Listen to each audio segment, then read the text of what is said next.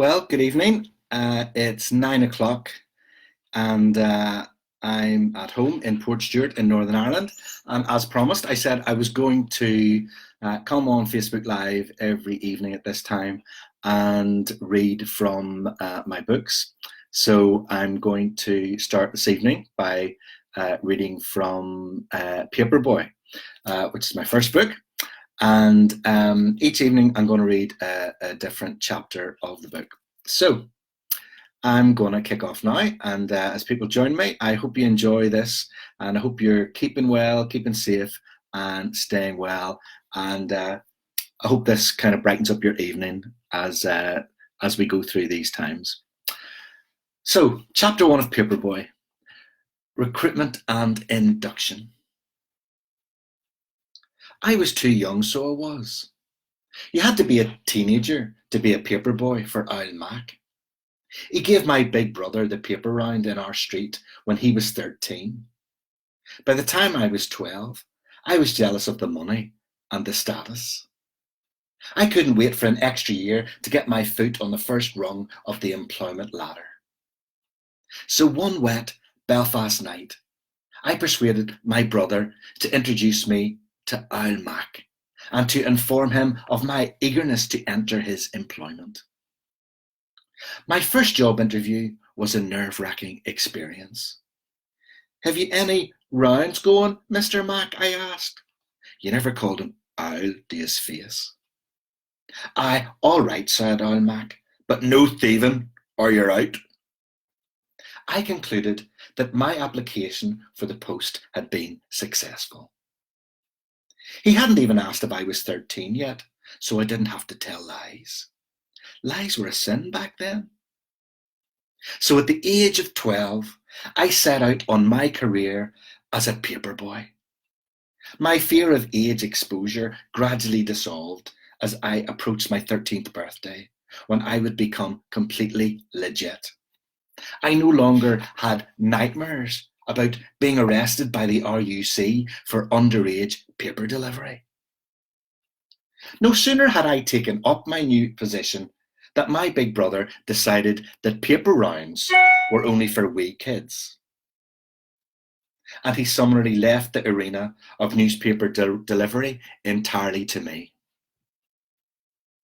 I did nothing to dissuade him. I was delighted. Now the papers would be my exclusive territory. My wee brother was still more interested in Lego and Milky Bars and Watch with Mother. But I could sense that he envied my new career and was longing for the day when he too could follow in the family tradition. Old Mac liked me. He said I was a good, honest boy. This was important to him. It meant you wouldn't steal the paper money that you collected from the customers on a Friday evening. He was a tough boss, though. He sacked wee lads all the time. Half our street had been sacked by Old Mac. But if you did a good job, with no cheek to the pensioners and no thieving, he didn't shout at you much and your position was secure. Old Mac had been a newsagent on the Upper Shankill for decades. No one could remember anyone else ever delivering the papers up our way. But he was getting on a bit now. Old Mac smoked and said feck a lot. Of course, most men smoked and said feck a lot, but Old Mac did both simultaneously and ceaselessly. He was a thin man with no beer belly to hold up his tatty trousers, so he was always hoisting them up between cigarette drags. I never saw him smile, but sometimes his eyes twinkled and I couldn't work out whether he was coughing or laughing.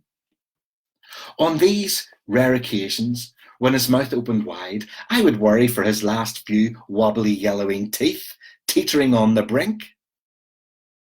Old Mac had yellow fingers where the nicotine of 10,000 cigarettes blended with the printing ink of a million newspapers. His skin was dark and leathery because he was outdoors most of the time, filling and emptying his van. His face and arms were also a yellowy hue. Mrs. Mac said he was bad with his liver.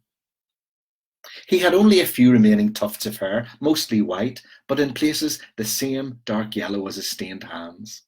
His hair always stood upright, gelled in place by the binding glue of a million magazines on his fingers. Max Van had also seen better times. It was the same shade of dirty yellow as his hair and nails, apart from the rusty red bits around the bottom that sometimes fell off when I went over the security ramps. The van spluttered around our puddled streets every day, the exhaust pipe just about hanging in there. Whenever you went outside, Mac's Ford Transit van was always there on the street, like dogs and Marleys and soldiers. I would wait at the end of our street every night for the van to arrive.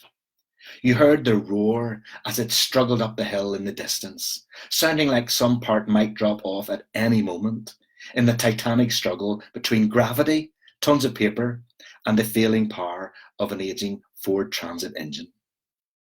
But Mac always made it, even in the snow when you hoped he wouldn't, so you could have snowball fights with the other Paperboys. Even through the barricades, when you feared his temper might get him hurt, as he told the paramilitaries to feck off and give his head peace. Often, the papers were late, and the reason was right there in the headlines. Dark words on grey pages. I seldom read the Belfast Telegraph, though. It was full of charmless men talking about them and us and depressing bombs and killings and why it was all the other side's fault. And sure, I was living in the middle of the whole thing anyway. I was more interested in tips and TV and bonfires and music and outer space and Sharon Burgess. Sharon Burgess was lovely. I fancied her, so I did. She was my first sweetheart. I wanted her to be my own personal Olivia Newton-John. Shawaddy Waddy were in the charts, and the tartan tones of the Bay City Rollers played on the radio. Dad enjoyed the blonde one in Pan's People dancing on top of the pops, when the Osmonds from America were number one and couldn't get to the BBC in London, where Harold Wilson with the pipe was Prime Minister. Elvis was getting fatter, and I was getting taller. We bought our first colour TV on hire purchase, complete with miraculous push buttons to switch between 3 television channels. In Blue Peter on BBC One, Valerie Singleton, John Noakes, and Peter Purvis showed me how to make an Apollo spacecraft from toilet rolls and silver milk bottle tops. I wept when Frida, the Blue Peter tortoise, didn't make it through the winter in a cardboard box, held together by sticky back plastic. Then came our first black and white portable TV, clunky and bright red with a handle on the top. My big brother would use it to watch Little House on the Prairie in secret in the sitting room. Hard men were not supposed to care about the trials of Laura Ingalls. Meanwhile, my wee brother would watch Romper Room on UTV, waiting excitedly for Miss Helen to see him through her magic mirror and say his name at the end of every programme. My granny kept a tally of Irish-sounding names to check if Miss Helen was seeing more Catholics than Protestants. It was the electrifying age of Doctor Who with the long scarf, who travelled in the TARDIS through time and space to save the universe. The Thunderbirds blasted off from Tracy Island to save the world. And Ian Paisley shouted a lot down a microphone at the City Hall to save Ulster. My mother watched Old People in a Pub on Coronation Street on UTV and fancied Tom Jones when he sang The Green, Green Grass of Home. The appeal of both was lost on me. I rarely pushed the BBC Two button, but my father did, and he watched long documentaries and Monty Python's Flying Circus, laughing hysterically when the posh Englishmen wore dresses, talked in high-pitched voices, and did silly walks. The family was safe and happy. and everyone was still alive, apart from my other granda. Parallel trousers were the fashion statement to die for, and tartan turn-ups and trouser legs were savagely shortened to every shin on the shankle. Platform shoes were all the rage, and you would sprain your ankle for the sake of style when you jumped a fence and landed awkwardly in dog's dirt after raiding old Mr. Butler's orchard, even though your mother told you, leave that poor old fella alone because he's bad with his nerves. The Co-op superstore in town was always on fire, while the chippy down the road was always open. Familiar smells were the hint of potato, cheese and onion crisps on the breath, the whiff of vinegar from warm fish suppers in fresh newspapers, and an aromatic mix of Brute aftershave, Benson and Hedges cigarettes, and burning double-decker buses that often hung heavy in the air. For me, those years followed a familiar pattern, punctuated by school term, summer holidays, the 11th night, the 12th of July, Halloween, and Christmas Day. The changing seasons diverted my attention from pencil sharpeners to candy floss, from flags and bonfires to sparklers and Santa.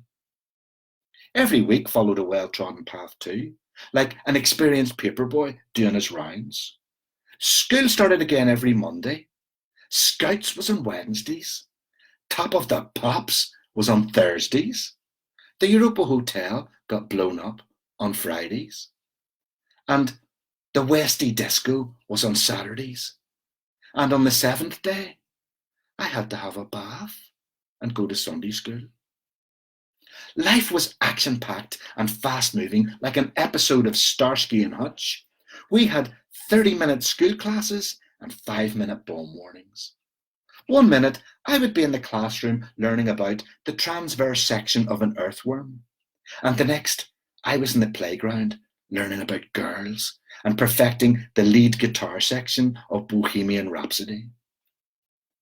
If I wasn't being good by having a jumble sale for the Biafran babies or going to wee meetings to sing songs about Jesus, then I was being bad by bullying a wee ginger boy with national health glasses, or going to discos with rock and roll songs about sex and drugs and other things I didn't know how to do.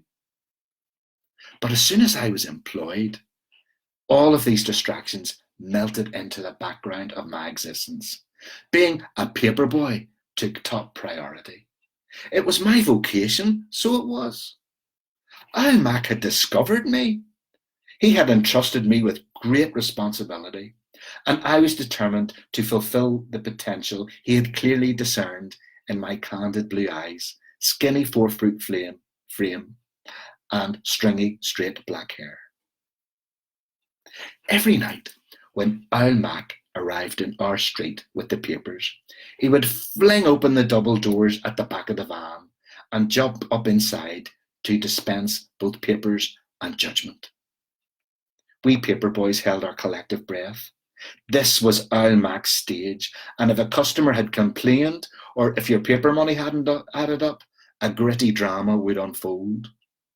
I witnessed several summary sackings at the van doors when the guilty faced the humiliation of having to hand over their paper bags in front of their former colleagues. Al Mac would snatch the bag roughly from the dirty-handed guilty one, who would then run down the street, telling him where he could stick his paper round. Your paper bag was an important tool of the trade. Actually, it was the only one. On the first day, I was handed a clean, white canvas bag, strong enough to hold 100 tellies. As my career progressed, the ever-darkening colour of my bag was a testament to my level of experience as a paperboy. On my first night, Al Mac handed me a database of my customers. It was a list of street numbers scrawled on the back of one of the dirty wee paper sweetie bags he used for the humbugs he sold in the shop. This is my mission, if I choose to accept it, I thought, imagining I was an American spy being sent out to Mission Impossible. I followed the numbers on the dirty wee paper bag as seriously as any secret agent hoping to crack a code to stop evil Russians from trying to take over the world.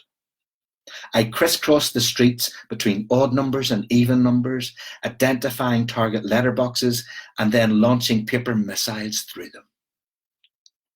Some customers had impressive shiny brass numbers screwed onto their front doors, while others had simply painted their house number on a gatepost with some white gloss paint left over from painting the skirting board in their hall. Some of the houses had lush botanical gardens, while others had paved over the grass to park a motorbike. I learned that some gates were there to keep dogs and small children in and must be closed, while other gates were for impressing the neighbours or just for swinging on. On my virgin paper round, I was tentative and careful, just feeling my way. It was my first time. So I jumped no fences and closed all gates. It took me a while to work out exactly how to fold the paper and insert it correctly into the letterbox. I smiled at all my customers, even at the ones who scowled back, like Mr. Black from number 13. He felt compelled to comment, "They'll be delivering your paper in a pram next." I wanted to develop good customer relations from the outset. I met Mrs. Grant from number 2 at her front gate. She was just back from the shops with a bag full of pig's trotters from the butcher's and a prescription from the chemist for her Richard's throat.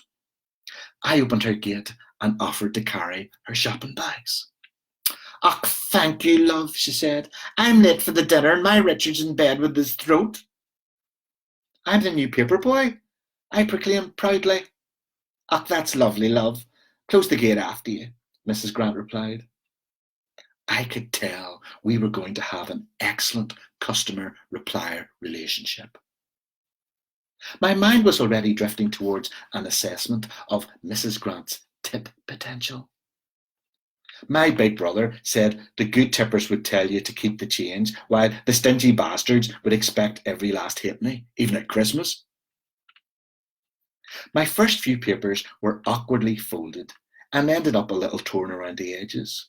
But by the time I had delivered my final Belfast Telegraph on that first night, I had become nearly competent. The last newspaper of the night was withdrawn from my paper bag, folded perfectly, and I delivered swiftly within a mere 10 seconds. As I bounced away from number 102, I heard the door unbolt behind me, and then the voice of Mrs. Charlton with a Scottish accent calling, "Oh, that's great, love. Don't you forget my Sunday post. And will you bring the bin round the back on a Wednesday, and I'll give you a tip for a wee 99 from the postman." Mrs. Charlton had good tipper written all over her. I knew already that I was going to be great at this. My hands were so black now that I had smudged the writing on the dirty wee paper bag Old Mac had given me. I would need this vital source of information with me for the rest of the week, by which time I would have committed all my odd and even numbers to memory. It was like learning algebra, but with a purpose. When I got back to our house, after my first paper round, my mother was in the living room on the sewing machine, making another dress for a swanky lady on the Malone Road. Mommy was always sewing for someone, and she had the very latest sewing machine from the Great Universal Club book. It was so expensive, she was allowed to pay it off over 60 weeks instead of the usual 20. "Well, how did it go, love?" she inquired. No probs," I replied, clearly delighted with my first day of paid employment. "Was any of them old dolls cheeky to you?" she asked. "No, Mommy, they were all dead on. Mrs. Grant and your Scotchy woman are going to give me a good tip, so they are. But Mr. Black thinks I'm too young to be a paper boy," I confided. "Never mind that old get," Mommy said. "Sure, he's too old himself to be anything." "Where's Daddy?" I asked. "He's doing overtime to pay for the new suite for the sitting room," she replied. "He thinks it's great you've got yourself a wee job now. He says no son of his will ever be working late in a foundry 3 nights a week." Every evening, Old Mac would cut the white string that held the 6th edition Belfast Telegraphs tightly in a bulging batch, releasing 48 copies into my care. I would then fill my paper bag, sling it over my shoulder. At the start of the round, my shoulder ached, especially on Thursdays and Fridays when the papers had extra pages and the weekly colour magazines arrived. A bag full of belly tellies later, the lessening of the burden over my shoulder would be matched by a lightness of spirit and the realisation that my work for the day was almost done. On my second Thursday in the job, I was happily delivering my tellies as usual when Titch McCracken came running round the corner, clutching a box of curly whirlies, and I was faced with the first ethical conundrum of my career. I knew by the guilty look on Titch's face that he had been shoplifting in the mace again. "Where'd you get all them there curly whirlies?" I inquired. "Found 'em, so I did," replied Titch unconvincingly. Without even stopping, he threw a curly whirly into my paper bag and disappeared down an entry like a drug dealer in Starsky and Hutch. For the remainder of my paper bag, I pondered the morality of accepting stolen goods and delayed tucking into my criminal curly whirly. However, just as I was approaching the door of my final customer of the night, I noticed that a disaster had unfolded inside my paper bag. As I reached inside to grab Mrs. Dunn's Belfast Telegraph, I discovered that the front page was plastered with melted chocolate from my illegal curly whirly. The inside of my paper bag looked like a dirty protest in Long Kesh. There was melted chocolate smeared all over a picture of Harold Wilson with the pipe. I stopped still in the street. I had to think very quickly. So I came up with a cunning plan, like John Steed with the umbrella in the Avengers. I ran home to check if our newspaper had been delivered to our house. Sure enough, the belly telly was still on the floor in the hall, nestled underneath my wee brother's bright orange space hopper. It had been perfectly delivered through the letterbox by Billy Cooper, one of my fellow professionals. Billy was cross-eyed, but never missed a letterbox. As I removed the front and back pages to replace the curly-whirly flavoured pages on Mrs. Dunn's newspaper, I noticed our back page was badly crumpled. My wee brother had been bouncing up and down the hall on a space hopper when the paper had arrived, and he'd crushed the sports pages. I rushed to under the stairs cupboard and took out my mother's iron and ironing board as quietly as possible, while the rest of my family were transfixed by the Generation game on BBC One in the living room. I swiftly ironed the back page until it was completely smooth, the same way I'd watched Mr. Hudson do it in Upstairs Downstairs. Then I carefully removed the chocolate-stained pages from Mrs. Dunn's newspaper and replaced them with the newly ironed pages. I put the chocolatey pages around our newspaper and strategically smeared some melted curly-whirly on the space hopper for the purposes of sibling incrimination. I rushed out the door, back towards Mrs. Dunn's house, hoping she wouldn't notice the slightly scorched footballers in the back page. Mrs. Dunn worked in a chemist, wore lots of makeup and lived on her own. Mr. Dunn, who wore a cravat, had moved across the water the previous year. Mrs. Dunn didn't tell anyone at first. It was only when the neighbours noticed that the noise of Shirley Bassey records blaring from Mr. Dunn's sitting room had stopped that they realised that he had left. Mrs. Dunn was lovely looking. She had blonde hair in a bob like Jill in Crossroads on UTV. She was very friendly to the various service providers who called up and down the Shankill. She was always asking them in for a wee cup of tea and a scone. One day there had been a big queue at the ice cream van after she invited the Pokeman in with a 99. When he eventually emerged from Mrs. Dunn's to look after his customers, our ice cream man looked very pleased with himself. He obviously appreciated Mrs. Dunn's cherry scones just as much as she enjoyed his pokes. That night, as I arrived at Mrs. Dunn's front door with the regenerated newspaper, the insurance man was just leaving, fixing his tie and his hair. I shyly handed Mrs. Dunn her bespoke Belfast Telegraph. She smiled at me and said, "Och, you're a queer good wee Paperboy, so you are." I realised with immense relief that I had successfully averted a potentially career-threatening disaster. By the end of the third week of Paperboy delivery, I was desperate for some sort of feedback from Old Mac.